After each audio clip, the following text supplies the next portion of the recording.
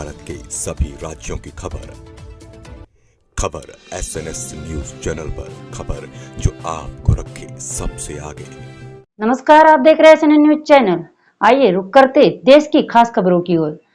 3 दिन पहले अयोध्या में रामलला के दर्शन के लिए भंडारा गोंदिया लोकसभा से रवाना हुई आस्था स्पेशल ट्रेन कल 25 फरवरी को रात 10:30 बजे के बीच भंडारा रोड रेलवे स्टेशन पर लौट आई।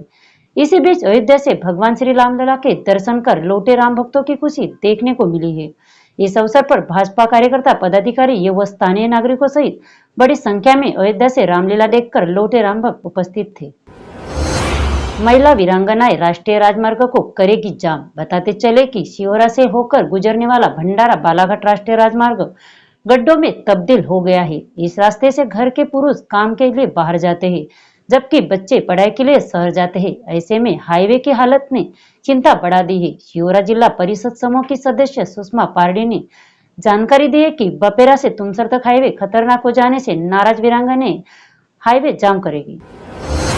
जरूरतमंद महिलाओं के लिए मदद का हाथ। आपको बता दें कि पवनी शहर में एक हाथ सामग्री का समूह के किशोर पंचभाई ने एक जरूरतमंद महिला खुर्शीद बेगम अली को 25,700 रुपए की आपातकालीन सहायता दी, जिससे उस महिला के घर की समस्या दूर हो जाएगी।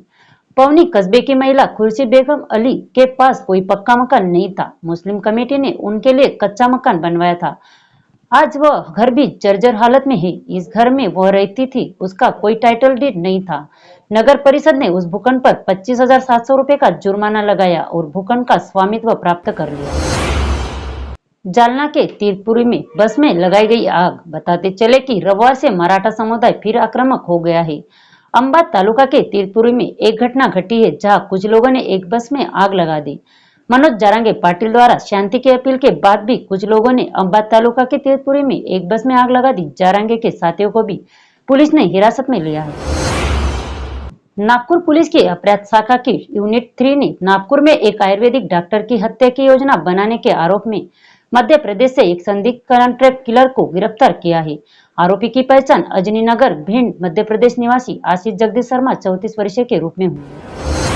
रविवार तड़के नागपुर के एक तहसील क्षेत्र में उस समय सनसनी फैल गई जब एक लापरवाह मर्सिडीज कार ने 2 लोगों को कुचल दिया।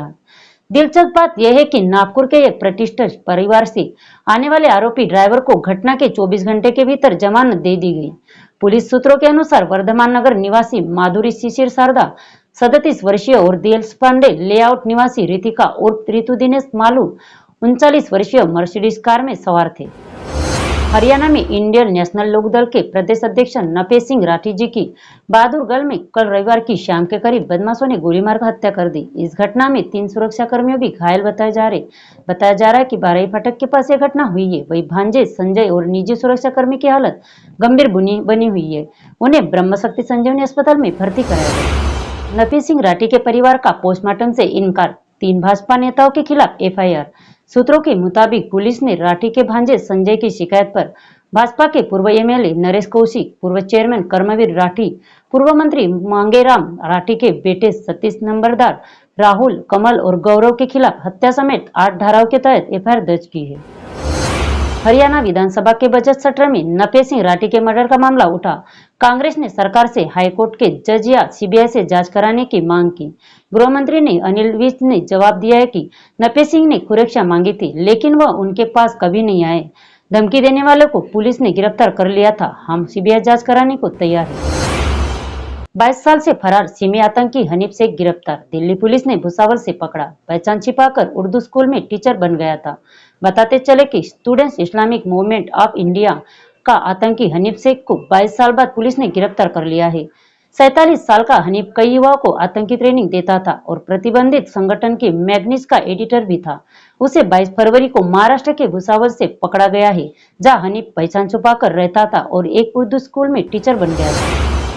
शिक्षा मंत्रालय ने सभी राज्यों और केंद्र शासित प्रदेशों से यह सुनिश्चित करने का अनुरोध किया है कि कक्षा में प्रवेश के समय छात्र की आयु 6 वर्ष हो। यह राष्ट्रीय दंड नीति 2020 और बच्चों को निःशुल्क और अनिवार्य दंड का अधिकार अधिनियम 2009 के प्रावधानों के अनुसार आवश्यक है। राज्य का बजट सत्र आज से शुरू हो रहा है। किसान आत्महत्या, मराठा आरक्षण, राजनीति के अपराधीकरण समेत विभिन्न मुद्दों पर विपक्ष के आक्रामक रहने की संभावना है। दूसरी ओर मराठा आरक्षण के लिए बुलाया गया आंदोलन तेज होता नजर आ रहा है। मनोज जारांगे पाटिल उप मुख्यमंत्री देवेंद्र फडणवीस को चुनौती देकर मुंबई चले गए थे, लेकिन अब वे फिर से इंटरवली सारथी की ओर बढ़ रहे हैं। कलकत्ता हाईकोर्ट ने सोमवार को ममता बनर्जी सरकार से कहा कि संदेशखाली केस में टीएमसी लीडर शेख शाहजहां को गिरफ्तार किया जाए। हाईकोर्ट में एक वकील ने याचिका लगाई थी कि कई लोग संदेशखाली जा रहे हैं, कुछ को गिरफ्तार किया जा रहा है तो कुछ को मालाएं पहनाई जा रही है। वकील ने अपील की है कि हाईकोर्ट संदेशखाली की जांच के लिए एक स्वतंत्र कमेटी गठित करे। के प्रति केंद्र सरकार की नीति के तहत महाराष्ट्र सरकार के श्रम आयुक्त कार्यालय द्वारा पिछले 5 वर्षों से शहरी और ग्रामीण क्षेत्रों में श्रमिकों का पंजीकरण शुरू किया गया है। हालांकि लॉकडाउन के बाद ये श्रमिक श्रम आयुक्त कार्यालय भंडारा में गए और बार-बार छटनी के बारे में पूछताछ की, लेकिन उनका पंजीकरण नवीनीकृत नहीं होने के कारण वे सरकार से मिलने वंचित से लाभ वाले वंचित थे और क्योंकि वे मानसिक और आर्थिक रूप से भी पीड़ित थे। सरकार ने ऐसे श्रमिकों की पंजीकरण पुस्तिका एकत्र कर उन्हें ऑनलाइन कार्ड से जोड़ा जाए। साथ ही बयान देने के बाद भी कोई कार्रवाई नहीं की गई और एजेंट गांव-गांव जाकर 2000 से 3000 ले रहे हैं। इसका मतलब है कि मजदूर वर्ग का आर्थिक शोषण हो रहा है और इसमें श्रम अधिकारियों की भी मिलीभगत होनी चाहिए। कृपया अपनी जानकारी एवं कार्रवाई प्रस्तुत करें, ऐसा आरोप शिवसेना माजी तालुका प्रमुख तथा माजी पंचायत समिति उपसभापति ललित बोंद्रे इन्होंने लगाया है और इसकी संदर्भ में आज 26 फरवरी के दिन उप जिलाधिकारी को दिया निवेदन।